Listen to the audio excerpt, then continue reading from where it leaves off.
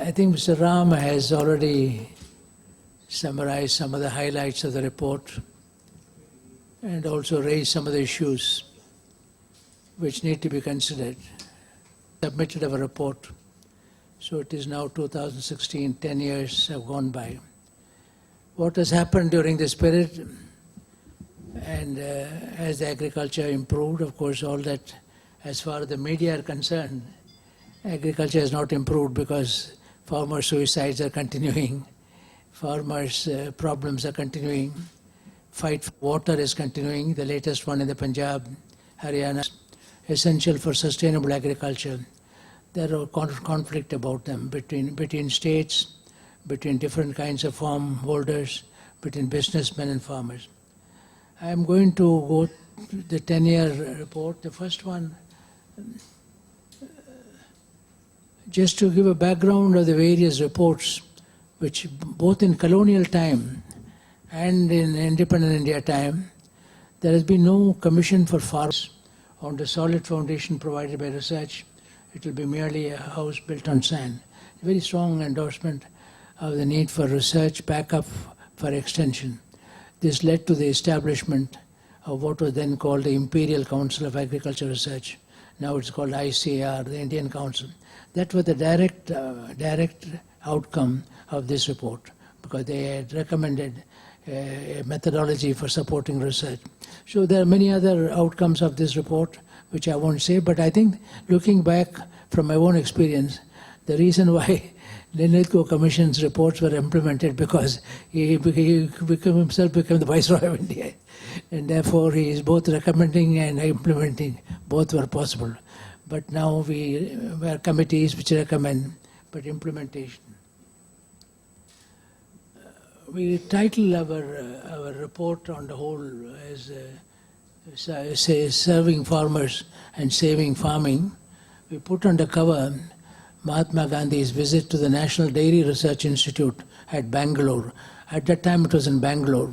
Even now they have a branch of NDRI at Bangalore, but the main NDRI is in Karnal in Haryana. Now Gandhiji wanted to know, he saw the importance of animal husbandry in the lives of the poor, whether it was cattle, buffalo, poultry, sheep, goat, small ruminants, large ruminants.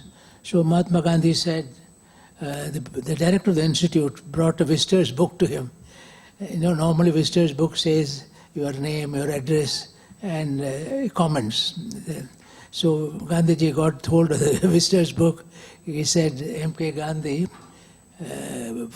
profession farmer, address Porbandar. That's all he wrote. But he wrote his address. He has come back from UK via South Africa as a barrister in law. You know, any of us will write all kinds of things. MA, PhD, barrister, and all that. He wrote just a farmer. Because that the whole idea I think behind it was the importance of farmers and farming in our own history. The National Commission on Farmers, apart from 5 reports, we also prepared a draft report of national policy for farmers. As I told you earlier, there were national policies for agriculture, including 1955, first Mr. C. Subramaniam Bharat Ratna, he chaired, but later on he became finance minister, and Mr. Nathuram Mishra became the chairman of that commission. It is there about 28 or 29 printed volumes of that report. But this one, we prepared a short policy for farmers, but the major aim of the policy, as you can see, is to improve the economic viability, of farming. That was mainly the main, because unless the economics go right, you see, Dr. Ms. Ram mentioned about interaction between technology and public policy. Technology can show how to increase the yield. I can increase the yield, but it's only public policy which will determine the economics of farming. Input-output pricing, export-import policies, many of those, procurement policies, MSP and so on. Therefore, we said, if you really want to make farming viable and attract and retain young people in farming, your first goal is to improve the economic viability of farming, by substantially increasing the net income for farmers. I will come to my end of my speech. That's what this finance minister, present finance minister in the present year's budget, he has asked for doubling of the income of the farmers in 5 years, because we gave him a note that one of the highest priorities should be improving the income of the farmers. To provide opportunities and adequate measure for non-farm employment, on-farm and non-farm, because the farm size is very small. The amount of income you can get from a small farm is somewhat limited, particularly if you grow crops like wheat or rice or jowar, bajra. If you grow horticultural crops or plantation crops, it's different. But normal food crops, you have a problem of enough income. So how do you produce non-farm income? In fact, when China started this reform in agriculture, they concurrently looked at farm and non-farm. Farm, they don't have, as far as I know, a landless labor. Those who can be given land are given land. The rest are given non-farm employment to the village township enterprises, township village enterprises. That's different from our approach, because we consider a very large number of people as landless labor. But there it is a question of either farm or non-farm livelihood, one source of livelihood. To provide opportunities in adequate measure for non-farm employment. To introduce measures which can attract and retain youth in farming. Now, we had to, first of all, before we can make any recommendation on agriculture, one had to understand what are the problems you have to address. Because this was Farmers' Commission. I said in the very first meeting that this will represent the voice of the farmer. If we are true to our name, we should represent the voice of the farmers, not our own voice, whatever may be our feeling, but it should be the voice of the farmers. Otherwise, coming here to National Commission on Farmers is not right. The growth rate of agriculture sector decline. What I would suggest is, instead of my spending too much time to go through one by one, I think Dr. Ramchandran can make it available to the copies. You already have it, therefore you can go through the data. But important thing is the growth rate of agriculture sector has declined, and even now the latest economic survey points out it has, the rate of contribution of agriculture to GDP has been gradually going down. But contrarily, the number of people employed in agriculture is, in numbers, going up. In percentage, sometimes it may show a small decline, but in absolute numbers, it's going up. That is the anomaly of Indian agriculture. We have one net sown area, gross cropped area, gross irrigated area. All of them have declined, and growth rate of terms of trade have declined. So when you go to the crisis in Indian agriculture, which we were asked to address, you found the land was going out of agriculture. This land, for example, where we are now sitting, was rice paddy. 50 years ago, it was a rice field in this particular one. The whole, this Taramani area was a rice field. So land is going out of agriculture. Water is becoming more and more scarce, and there are water wars, water conflicts among states. Although there was a move to make water a national, under the national list, it was not agreed to. It is still under the state list, like agriculture. Biodiversity and forests, that's a big problem in relation to climate change, the loss of biodiversity, the loss of climate changes, which we don't know exactly whether, for example, we had unprecedented rains in December and floods in Chennai. We've never seen like this. Some people say climate change, but we don't know whether it is climate change or not. But the fact remains, something's happening. Something is happening. Extreme weather events are becoming more common.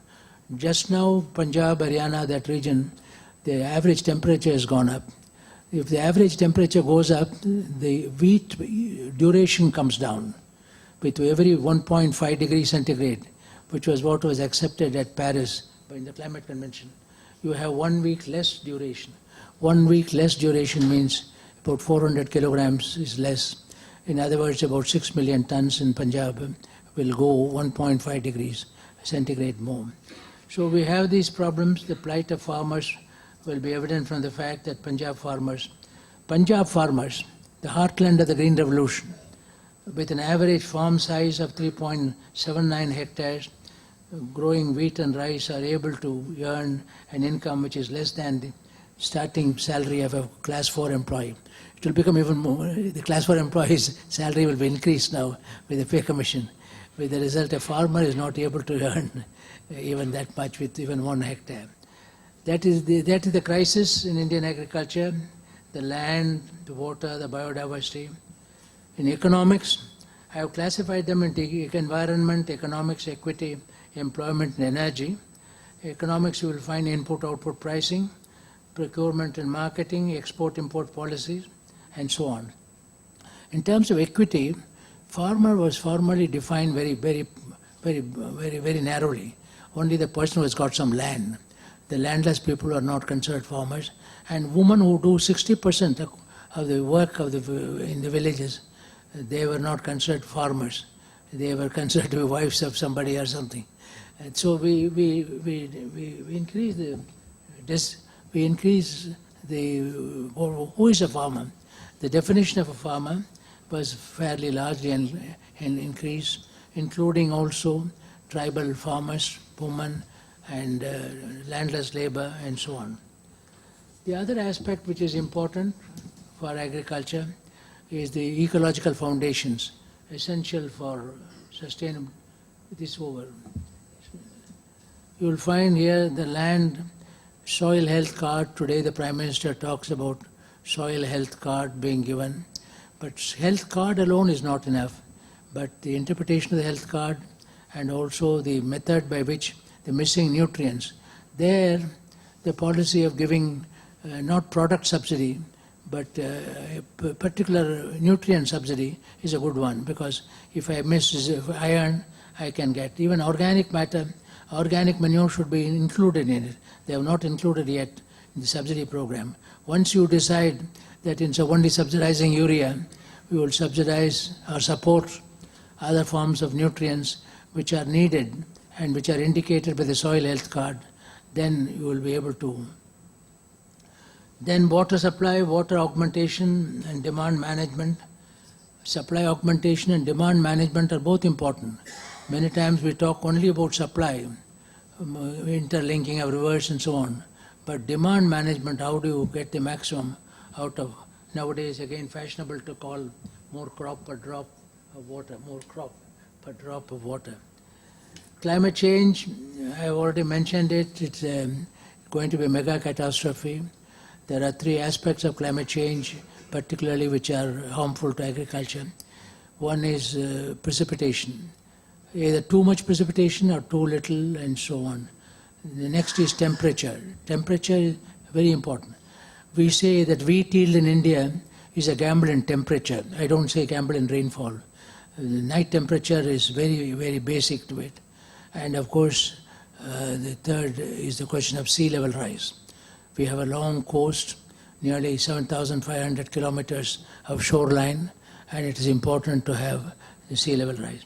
So preparing for climate change, adaptive research, we have, in this foundation, we have developed a course called the Local Level Climate Managers, Climate Risk Managers, men and women from panchayats. They are trained how to handle a drought, how do you handle a flood, how do you handle a higher temperature, and so on. In other words, proactive capacity building of rural people, community people to manage the climate is very important, the climate risk managers. Sea level rise, this foundation was established in 1990, 89, 90. The very first topic was sea level rise. In fact, Dr. V.K. Ramchandran has helped us a lot in that one. How do you prepare yourself? The Pichavaram mangroves, for example, they were all being destroyed. Many of the mangroves were disappearing. I'm talking about 1990, not now. After tsunami, they realized the importance of mangroves. People started realizing. Now, sea level rise, we call them bioshield, the mangroves are bioshields, and below sea level farming. I will come to it in a moment. Building a national food security, water security system, we have gone into one chapter, the whole question of water security, looking at all the sources of water, the rainwater, the ponds, lakes and reservoirs, groundwater, river water, seawater and wastewater. These are all the sources of water. Wastewater recycling is also important. Industrialists can we can recycle. Then you need water for household, you need for industry. 75% of water goes to agriculture. Most of the water goes to agriculture. And ecosystem maintenance, particularly forestry. You see, you will be reading every year in Indonesia, very big forest fires, even California forest fires. When the soil is lacking water, then it becomes very dry. So the ecosystem maintenance is equally important, strengthening the hydrological cycles. More income, more crop per income per drop of water. It is now being promoted as a movement.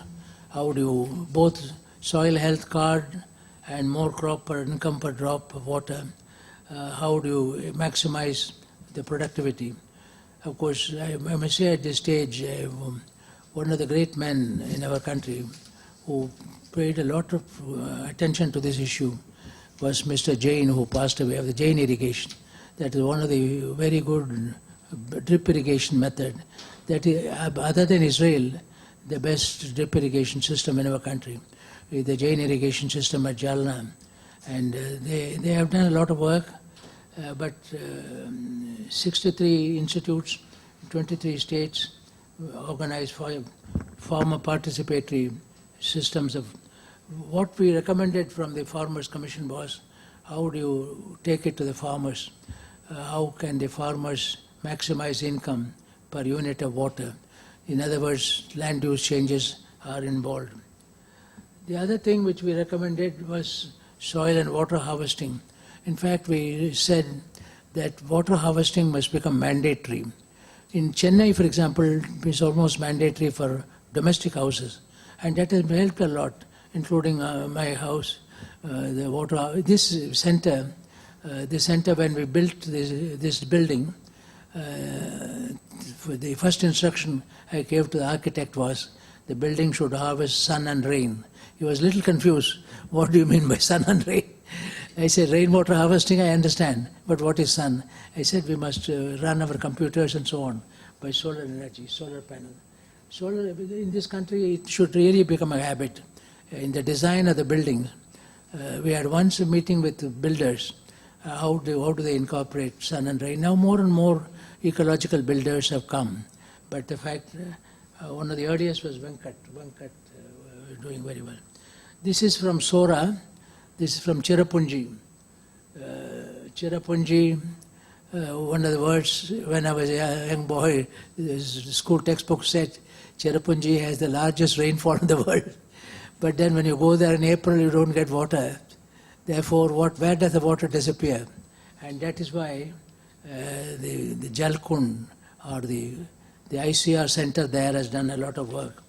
So there are methods by which it can be done. Then research is dealt briefly. Extension work.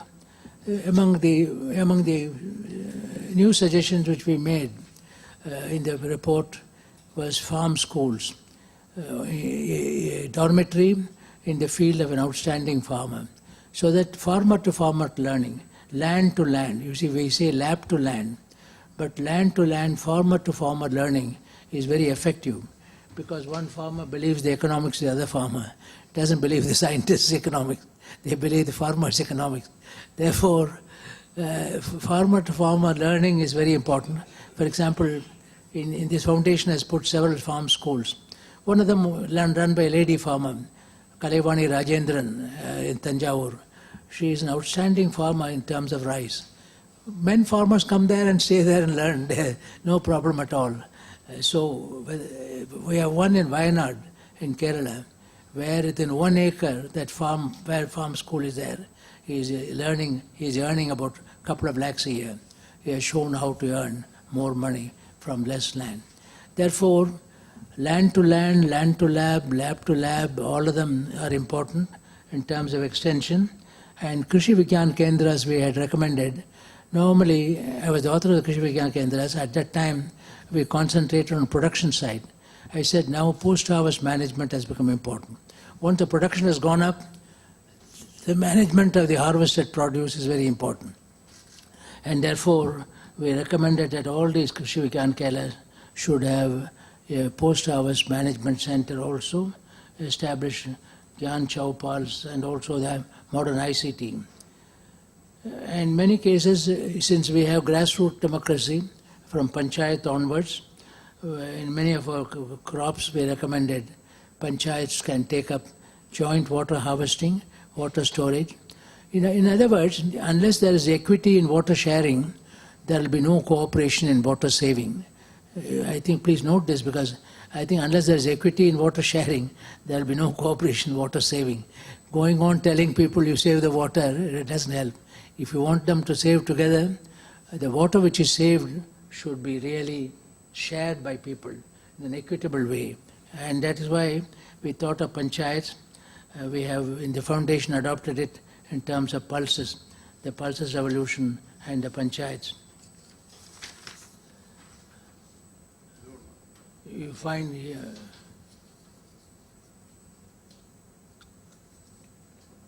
you look at the pulses panchayat, water is harvested jointly together. They give what is called the crop life-saving irrigation. An irrigation, when absolutely essential, we call it a crop life-saving irrigation, and that is given to the and the commercial cultivation of the crops and their sale is all modernized. From the beginning of the center, from 1990 onwards, one of our interests was to use modern information technology for the empowerment of rural families and tribal families. And we chose again coastal areas, how to give information on wave heights and so on. That originally we didn't have the data within India. We had to get from the US Naval Oceanographic Office data on wave heights. But now INCOIS in Hyderabad provides the data on wave heights, where the fish shoals are, so that these small fishermen, artisanal fishermen as they are called, going in country boats, today go with great deal of confidence. Because before they board the boat, they know what is likely to be the wave height at different distances from the ocean. This is called fisher-friend application, modern. We have a collaboration with a cell phone company, and with the INCOIS jointly. Information comes from one place, we disseminate the information, and the technology was given by the company. Rural non-farm employment initiative, I mentioned even in the beginning that one of the important features of the Chinese reform was looking at farm and non-farm in a much more integrated way. That is how the rural township enterprise. There's a very good book by Minister He Kong on the rural township enterprises, which he has described how they started it, how it has spread, and so on. But the fact remains that unless we, this is not only Chinese. I recall Mahatma Gandhi when he visited Odisha, now it's called, I think in 1930s. He wrote an article on the Harijan, his newspaper, the Harijan, called The Walking Skeletons of Odisha. The title was Walking Skeletons of Odisha. He found all of them were very emaciated, and therefore he said, I am sending Takar Baba to Odisha to recommend how they can make non-farm living. What are the opportunities for increasing their income by other, in other words, diagnose the need for non-farm income long ago. Rural non-farm, what we suggested was the number of isolated initiatives, Khadi and Village Industries Commission, this commission, that commission, there are so many self-help groups, and how do you really, what the Chinese have done, how do you bring them together into a major non-farm initiative, a non-farm employment initiative? In other words, can we bring them all into coordination? There is now a small and medium scale industries program is there. Can we all bring it together in a more coordinated way so that in a block level we are able to generate both farm and non-farm income? Well, we have a chapter on farmers' distress because unfortunately when we were holding our 2004 to 2006, the peak number of suicides in Vidarbha. Every day newspapers are full of, even now it is continuing, farmers' agrarian distress. So we visited some of the houses of the farmers who committed suicide. Several of them we visited, Mr. Sainath kindly arranged it, otherwise we would not have. He was good enough to tell us where to go, where not to go. And one of the saddest part was the woman, because the man has committed suicide, but the woman and children were left behind. And many of them do not have patta to land, so they don't get credit card. Kisan credit card you can get only if you got patta to land. If you don't have title to land, you are not entitled to a credit card. Therefore, you will find in our report some of these problems are dealt with in detail, and that led to a chapter on women and agriculture. How do you empower women, including credit, access to technology, access to markets, and so on. Assured and remunerative marketing is certainly the most important. As I told you earlier, I am a scientist, I can show you can increase the yield, but whether the farmer will increase the yield or not depends upon how much income he is likely to get. If he is going to lose, he won't improve. Why should he increase? Therefore, it is important to look at the market. We recommended, it is becoming both a controversial one and a most popular of the recommendations. Most popular among farmers, and there are so many political leaders, that we came to the conclusion that a majority of farmers have very small amount of surplus. And their holding capacity was very limited. They want the money as soon as the harvest is done. Otherwise, they have to sell it at distress sale. Therefore, we suggested C2, that is called the cost of production, plus 50% additional bonus. Actually, the MSP should be like this, and government should procure. That one step, I think, even recently, in the doubling of the income of the farmers, I said as a single step, if this step is accepted, it will make a lot of difference. We had also recommended other recommendations like 4% interest rate. Some of them have been adopted by government. I will come to it in a moment. And we recommended the Commission on Agriculture Costs and Prices should be an autonomous statutory body, not attached to the Ministry of Agriculture. It should be a statutory body, the Prices Commission, so that they take an independent view. And in Indian single market, like the European common market, the difference is Europe is a common market because many are countries, they are all different nations. For us, they are all only different states of the same country. Therefore, you see whenever you cross the border of a state, how many vehicles have got piled up there. Long queue, corruption, very many problems. Therefore, the Indian single market, unrestricted movement within the country, particularly today, we produce about 260 million tons of fruits and vegetables. We produce 260 million tons of food grains, 140 million tons of milk, and about 260 million tons of fruits, vegetables, and that is going to go up to about 300 million tons if the market depends shortly. Therefore, it is important that we see that the marketing arrangements are improved and they are able to move freely. The other aspect we recommended was how to improve the income of the farmer, how to improve the biomass utilization, the straw, the bran, the husk, the hull. If you take a rice, we think only of rice as a grain, but the rice plant has got all the other parts. Straw is there, the bran is there, the husk is there, and so on. So we call it a biopark. We are establishing one in Myanmar at Naypyidaw, at the request of the previous president of the Myanmar. Although he was a general, he was very interested in farming. He ran a model farm himself, the previous president. So I wish in our own country, this year is the International Year of Pulses. So we are developing a plan for a pulses biopark, not only the pulse grain, but also the other parts of the pulses, including animal husbandry and so on. So the main thing is research, ICR research. Unfortunately, it has become CSIR does the post-harvest technology. ICR had not been doing, but gradually agriculture universities have been doing. But we have to look at from end to end, from harvesting to utilization. In other words, we have a slogan here, 4 C's: conservation, cultivation, consumption and commerce. All the 4 areas have to be looked into. The other important point is safeguarding the heartland of the Green Revolution. special attention to areas with untapped production. One is Punjab, Haryana, that region, we must protect its ecological integrity. You know, one of the criticisms against Green Revolution has been there are ecological problems, environmental problems. But the other point is about the non-heartland, in other words, the whole of eastern India. Government has been talking about second Green Revolution in eastern India, but not much has been done. They were putting too much faith on hybrid rice, which is quite unnecessary at all, quite unnecessary.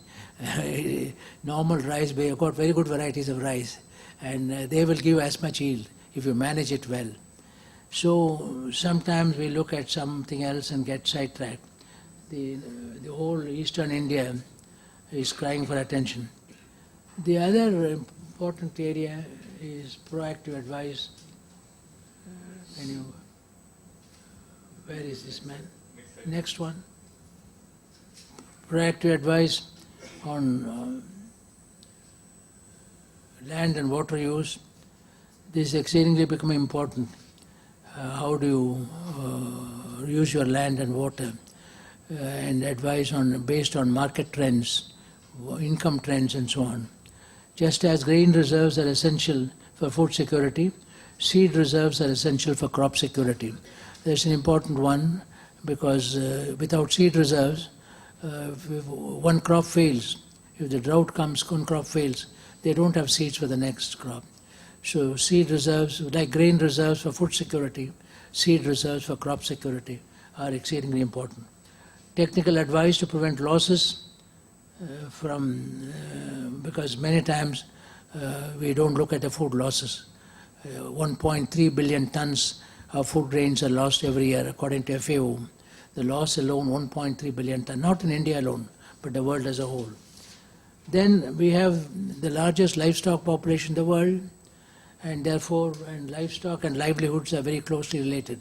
There are two important features of livestock. The ownership of livestock is much more egalitarian than the ownership of land. The ownership of livestock is more egalitarian than the ownership of land, and therefore, livestock and livelihoods are very closely related. We recommended a National Livestock Development Council, integrate attention to all aspects, breeding, fodder, feed, healthcare, marketing, something like what Dr. Kurian started in the Operation Flood, looking at all the problems. Similarly, what Venkatesh Rao started in poultry, the BV Rao, Venkatesh Raj, but now it's common, all aspects, breeding, feeding, and marketing, all of them are important. And we recommend that the poultry should be declared as an agricultural activity. It is not declared as an agricultural activity because then they have certain advantages of being. The next area is energy security. I need hardly mention about the need for energy for agriculture, whether it is ploughing, whether it is, even fertilizer is called energy source for the plant. They are all energy sources. How do you ensure decentralized energy generation? Agricultural biosecurity, this is well known to you. The H5N1 strain of avian flu was a wake-up call. But biosecurity, they came from outside India. Even Ebola, many of them are coming. And therefore, blue tongue, for example, in the sheep, came from outside. The number of diseases of honeybees have come from outside. So we had recommended that one of the unmanned islands in Lakshadweep group of islands, the number of islands there, one of the unmanned islands may be developed an offshore quarantine facility. Before you import it from the outside, grow it there, watch it carefully, an offshore quarantine facility. We have the facility for it because we have so many islands which are totally unmanned. I have consulted my granddaughter Shreya, and she says she works in Lakshadweep, and she says there are a lot of opportunities there because I have not gone. That's why I had to get somebody more authentic and younger person so that they feel that. National Agriculture Biosecurity System, we have recommended how to develop a national biosecurity system because agriculture is the mainstay of over 60% of the population, and therefore the security of agriculture is exceedingly important.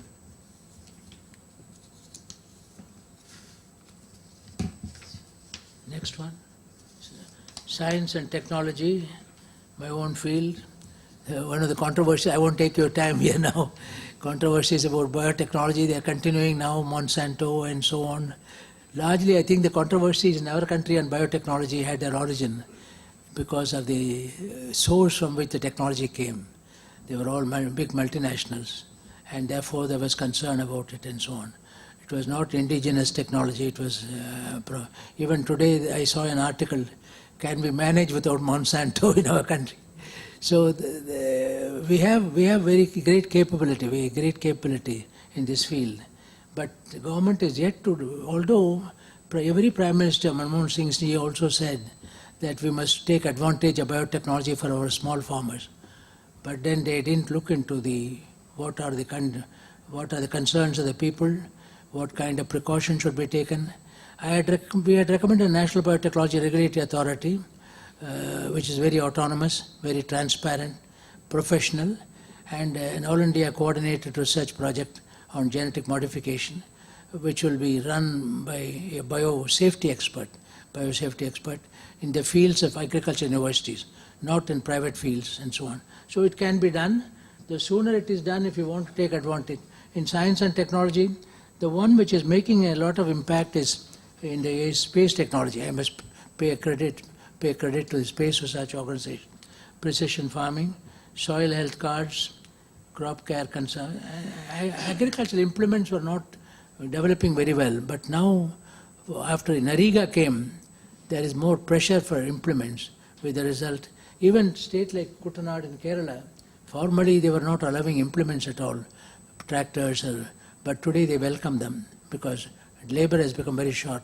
With the result, more and more demand for agriculture. This is an area where established an Indian trade organization. I have already mentioned to you about the need for an ITO, which will have its own boxes. The ITO should have its own green box. See, today the Americans are able to give any amount of support.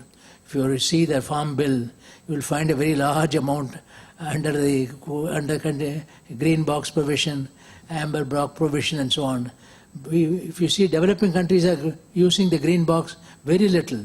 The industrialized countries give all the support, soil conservation, water conservation, and so on. So we recommended an Indian trade organization as a counterpart of ITTO, because we are a large country with our own boxes for domestic and agriculture support under model WTO. Credit, I already mentioned about credit, 4% credit rate, that has more or less been, Chidambaram accepted it, it is going on. It is really 7%, 3% subvention by government, so that it becomes 4% credit. Financial inclusion, and above all, your credit cards for Mahila Kisans. I have already mentioned about women farmers, even the widows of the farmers, they suffer with lack of credit, it's important. Support services for women in agriculture, the special needs of women. There's a whole chapter, in fact, the very first chapter I think is women in agriculture. Considering their importance, they have been neglected, what all should be provided to them because of multiple burden under time and so on. Credit, including Kisan credit card, and we had recommended that each panchayat should have a Mahila fund for women-specific needs. But fortunately, in this budget, about 80 lakhs or so are being provided for each panchayat. I have written to the finance minister that at least half of it, more than half of it, should be made available for women-specific needs. Earmarked for women-specific, gender-specific needs, whether it is toilet, whatever it is gender-specific. Special categories of farmers, because our definition of farmers was very wide.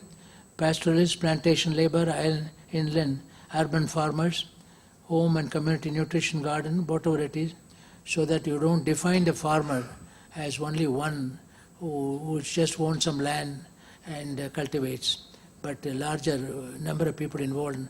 For example, peri-urban farming and semi-urban farming is going to become very important in the future, because between the city and the village, we will have a lot of scope. In fact, I have recommended in our Karnataka report a lot of scope for special agriculture zones in the peri-urban areas, catering to the need of the urban areas. like the village, township village enterprises. Farmers of the 21st century, this is going to be one of our great problems. How are you going to give the power of scale to small producers? The power and the economy of scale, it can be cooperative farming, which has not been very successful except the case of dairying, group farming, smallholders estates, contract farming, farmers' companies, state farms, whichever will work at a particular place. Because the aim is the farmer should decide what kind of organization. They should agree to cooperate among themselves. Climate change, I have earlier mentioned about increase in temperature, how in Punjab we will lose, Punjab, Haryana, 7 million tons of wheat, 1.5 degrees more, agreed to in Paris. It will have 7 million tons more. Widespread runoff, reduction in freshwater availability, effect of rise in temperature, again, and carbon dioxide concentration. Now let me take briefly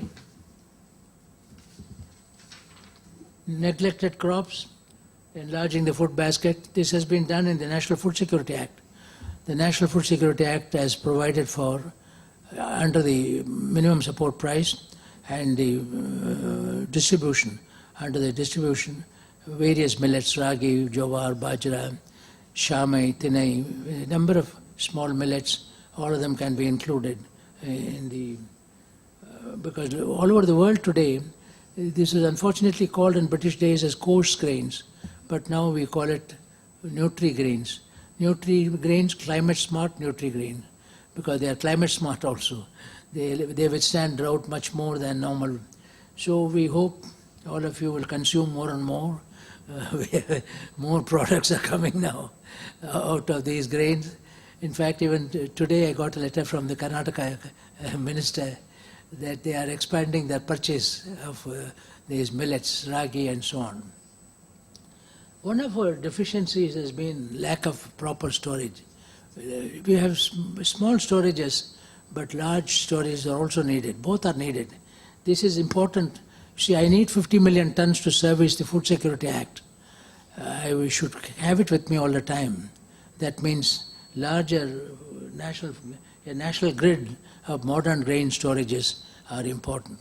There are one or two. I saw one near Ludhiana.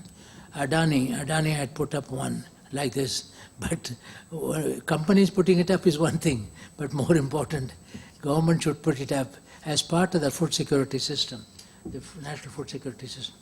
National grid of grain storages. Some developments since 2000 NCF, the last years. NAREGA was introduced, National Rural Employment Guarantee Program. National Policy for Farmers was printed and put in Parliament, although not implemented, but they have been printed and they are placed in Parliament. Krishi Vikas Yojana has been launched. National Food Security Act. We have a whole chapter on food security. There we have then inclusion of millets in PDS, National Mission for Sustainable Agriculture, credit for agriculture at 4% per annum, Common Service Center scheme for ICT.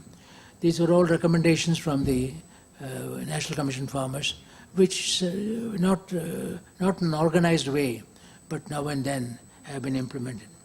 In the latest budget, take some of our suggestions forward. For example, agriculture and farmers' welfare.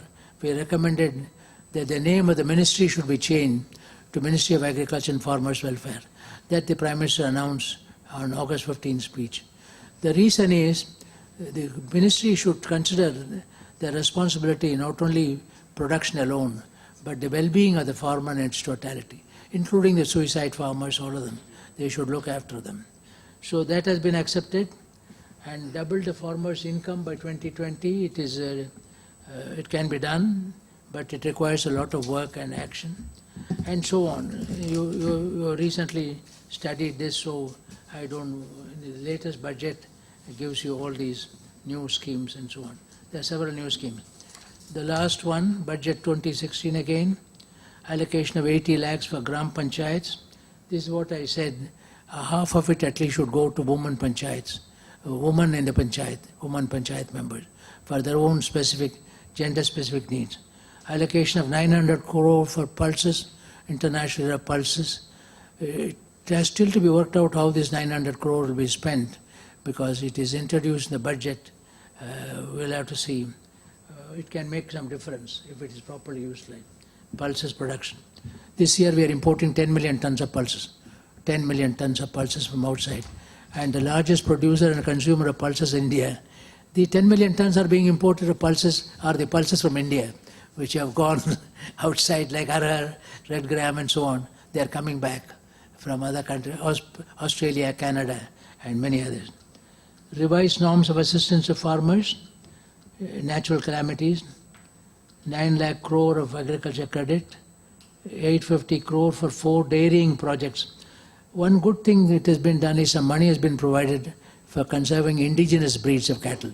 Like, for example, Kangayam, Nellore, they are all disappearing. Krishna, conservation of native breeds of cattle, very important. Kerala had Vechuri, a very important breed, been a lot of controversy about. Then agriculture marketing electronic platform, Krishi Kalyan says, this is an interesting idea, 0.5% Krishi Kalyan says for all taxable services aimed at farmers and agriculture welfare. If this money, I don't know how much money is going to come.